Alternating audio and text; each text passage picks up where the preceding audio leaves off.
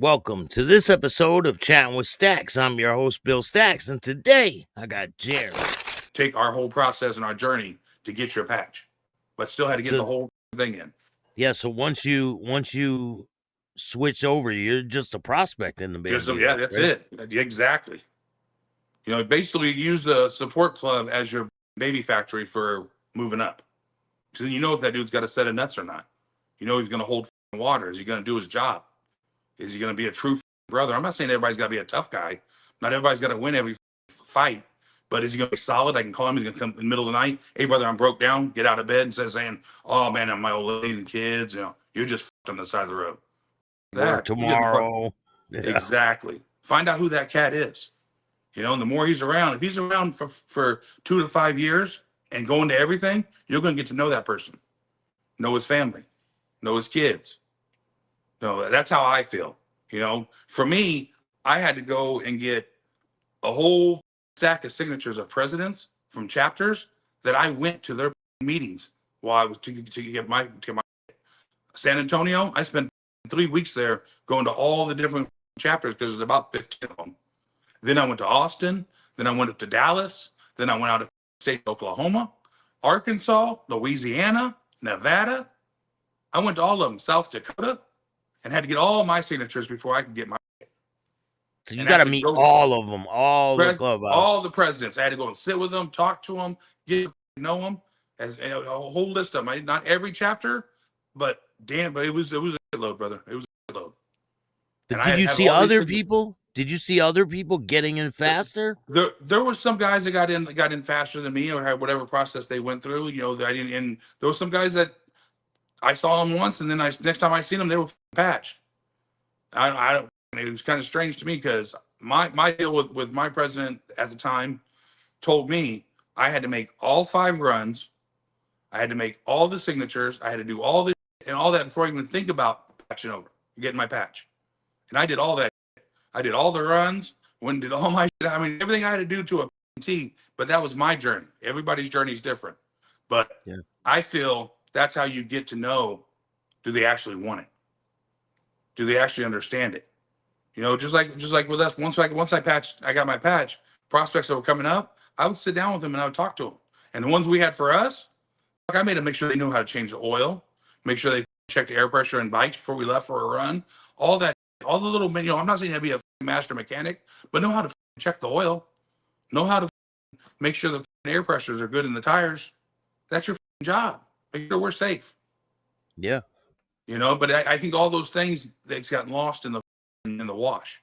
Everybody got worried about having numbers. They got worried about, oh man, look, we jumped another 150 members. Well, yeah, and out of that 150, 2 of them's worth a fuck.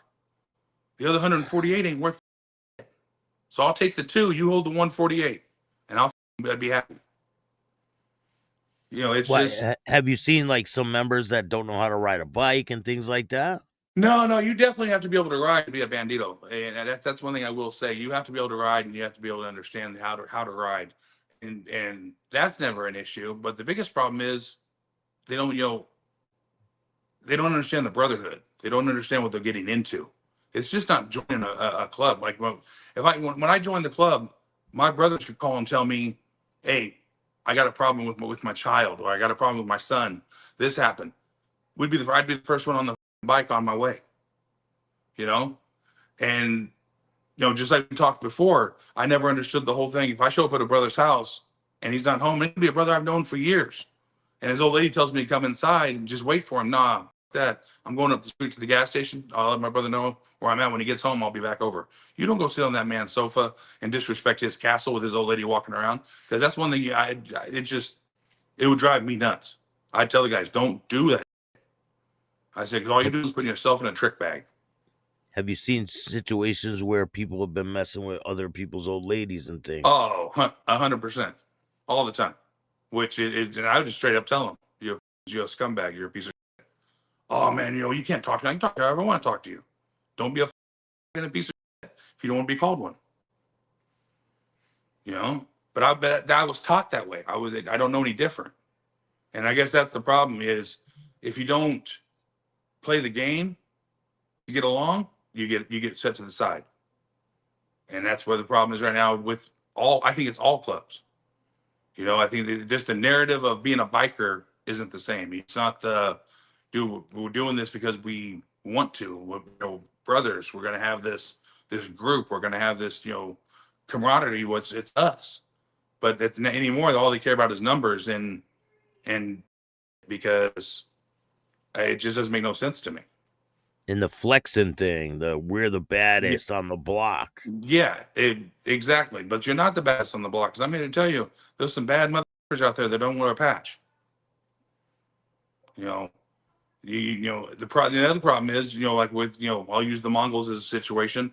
You know, they take straight up street gangs and patch them in.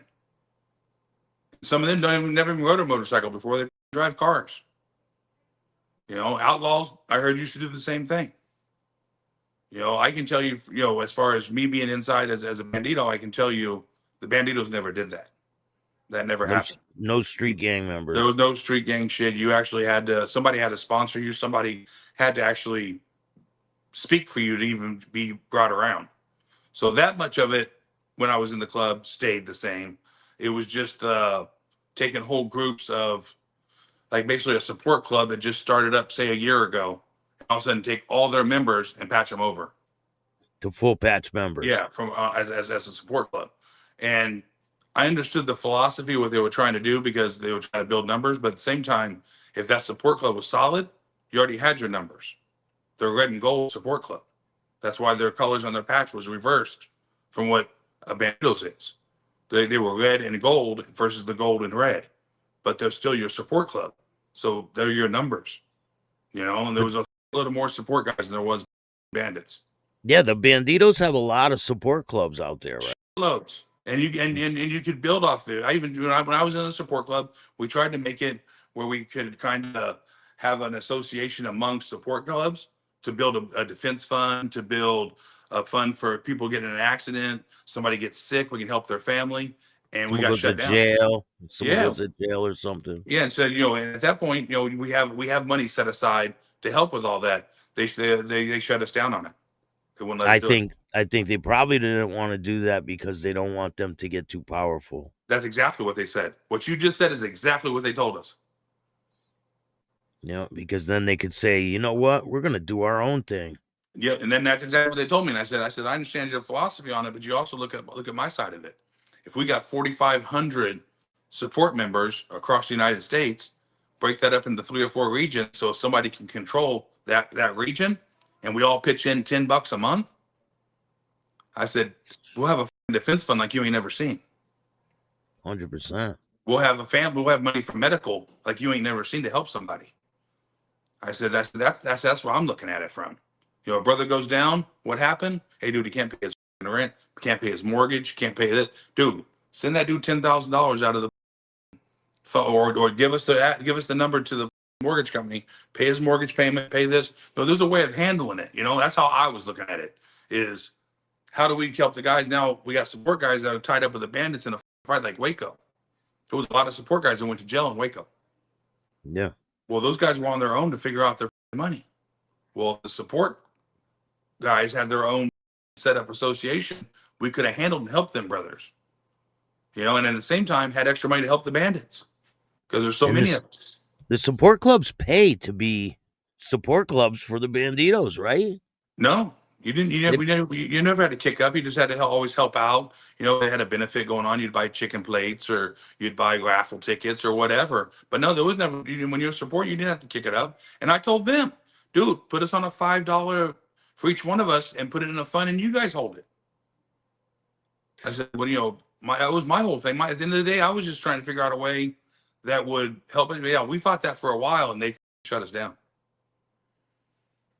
But to me, it made a lot more sense to have the finances that we needed along with the numbers. And to me, it secured the support club guys from being, you know, kind of skittish about, hey, I'm going to do this and I'm going to fuck my family up. At least you could help a brother out. the Beasts were a support club for the Bandidos at one point, weren't they? People say that. I never saw that. And I never saw them as far as on that angle that they were friends, but they never had they weren't support like some actual support colors. Yeah, I've heard people say, "Oh, they were doing stuff for the club and this and that," but No, Did Yeah, you I know? heard the same thing out of Houston, but I couldn't. I never saw it, but they definitely were never an actual red and gold support club. Did you ever see anybody, because I've done a lot of interviews and I've talked to a lot of club members, and some of them are telling me about how they seen certain members stealing money from the club.